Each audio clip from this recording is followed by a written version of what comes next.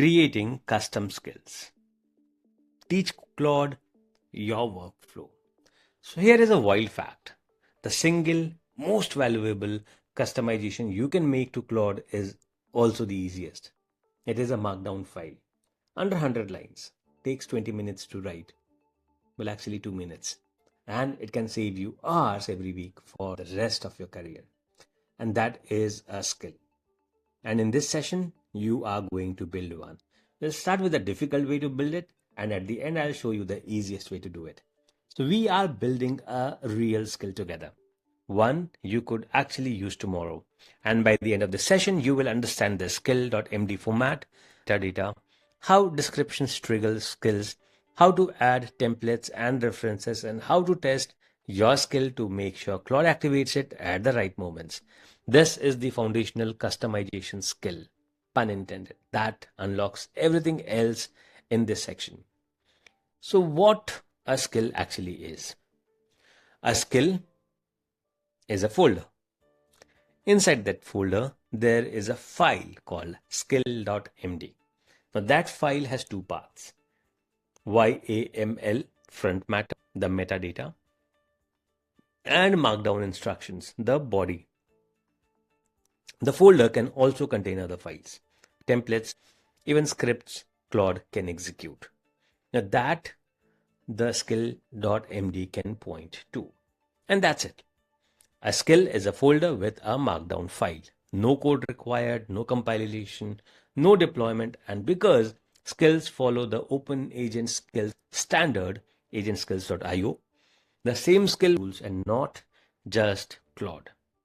Now, a note on terminology. In Claude Code, custom/commands and skills are now unified.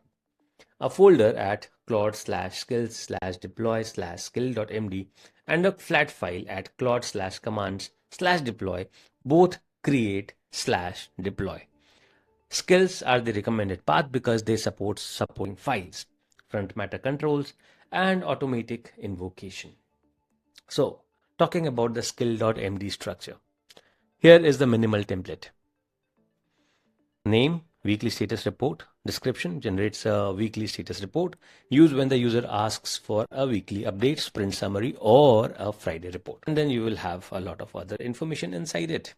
It has two parts, YAML front matter, metadata, name, description, controls, and a markdown body instructions Claude follows when the skill runs. Now these are the two parts.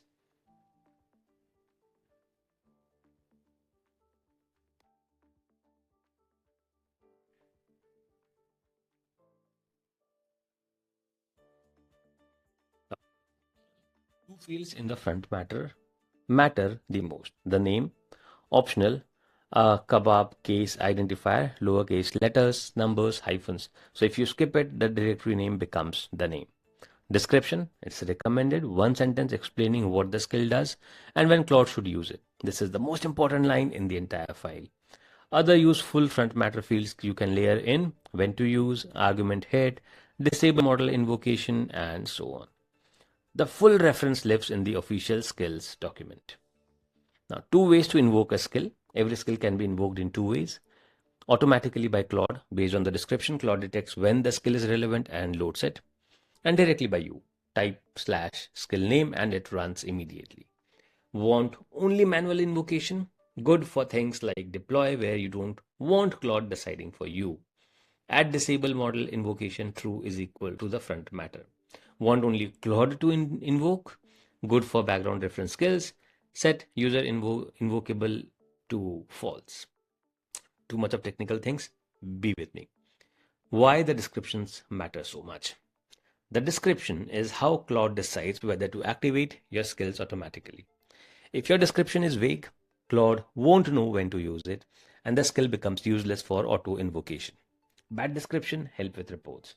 A good description would be generates a weekly status report in our company for standard format. Used when the user asks for a weekly update, sprint summary, team status, or Friday report. Notice the second one lists trigger phrases: weekly update, sprint summary, team status, Friday report. When a user says one of those or any of those, Claude knows, there is a skill for this. So the rule of thumb, your description should pass the test. Could a new Claude session with no context at all correctly identify when to use this skill based only on this description? Okay, be with me. The body. Instructions Claude can follow. Now the body is plain markdown. Use headings, bullet points, examples, anything that helps Claude understand what to do. Key sections to include: when to use the skill, the output structure, the tone and voice, the rules and constraints, the templates and examples. The more specific you are, the better it is. Treat writing a skill like onboarding a new hire. What would you tell them to do the job right? That's what we are building skills for. Then we have supporting files, templates, and references. Your skill folder can include templates, actual template files, .doc, .xls, references, docs Claude can pull from, and examples, sample inputs and outputs. Reference them in the skill.md body like user template at da da da da da. Now Claude reads those files when it runs the skill. You can include anything. Brand style guide has access to its own folder. Now, where do skills live? Skills live in one of the four places in priority order. Personal, you and all projects, Claude skills, skill name, skill.md. Projects, anyone in this folder, Claude skill name, skill.md. Plugin, anyone with the plugin enabled. So plugin, skills, skill name, skill.md. And enterprise, everyone in the org, distributed via managed setting. So drop a folder with a skill.md in personal or project locations and Claude picks it up automatically. No install step, no registration. The file being there is the install. Cloud Code even watches these directories for life changes. Apply on the next turn. Now, enough of discussing this. Let's build one, the client proposal skill. Here is a worked example you can adapt. I am building a skill for generating client proposals in a specific firm's style. Step 1, you create a folder structure. You write the skill.md.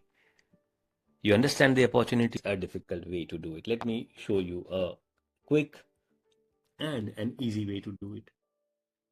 So I want to create a skill for the client proposal. What I would do is I would go to Claude and I would select open folder. I would say documents. Let's say this. Okay. I want to create a skill for use.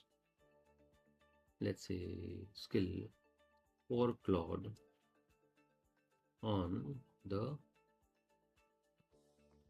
client proposal skill. Okay, let's keep it like this. Ask me relevant questions and then build the skill. Right. And just see how Claude does it beautifully without you having to bother about the folder structure, the file, the formatting, the templating, all of it. You can just create the skill like this, add some templates, references separately in that same folder, and you are done. So here is the question. Great. Let me ask you the quick question to build the skill well. What type of proposals are you creating? What's your industry? Are your clients? What information do you typically have? What sections do you want? What tone style should it use? What is the output format you want? So plain text markdown to copy paste. Do you have a pricing structure? Answer as many as you can. Even rough answers help me build something that actually fits how you work. Answer these and you have your skills written and built. Why bother about writing it yourself? Now, once done, how do you test your skill? So 3 tests every skill should pass. Trigger test. Does Claude activate the skill when you use the expected phrases? Output test. Does the output match the structure and tone you specified? Edge case test. What happens if the user provides incomplete info? Does Claude ask for the missing pieces? Well, if any of these fail, iterate. Usually the fix is in the description for trigger failures or the body for output failures. And this is what I was talking about, the skill creator skill. Anthropic ships a skill creator skill that helps you build other skills. Like this is what we were talking about. Common skill patterns, document generator, workflow runner, voice keeper, and so on. And that's all for today. We just built a live skill. and your first skill is built. So what happens when you have 5 skills, a couple of MCP servers, and some custom commands, and you want to share them with your team? That's where plugin comes in. In the next session, we'll explore the plugin master marketplace.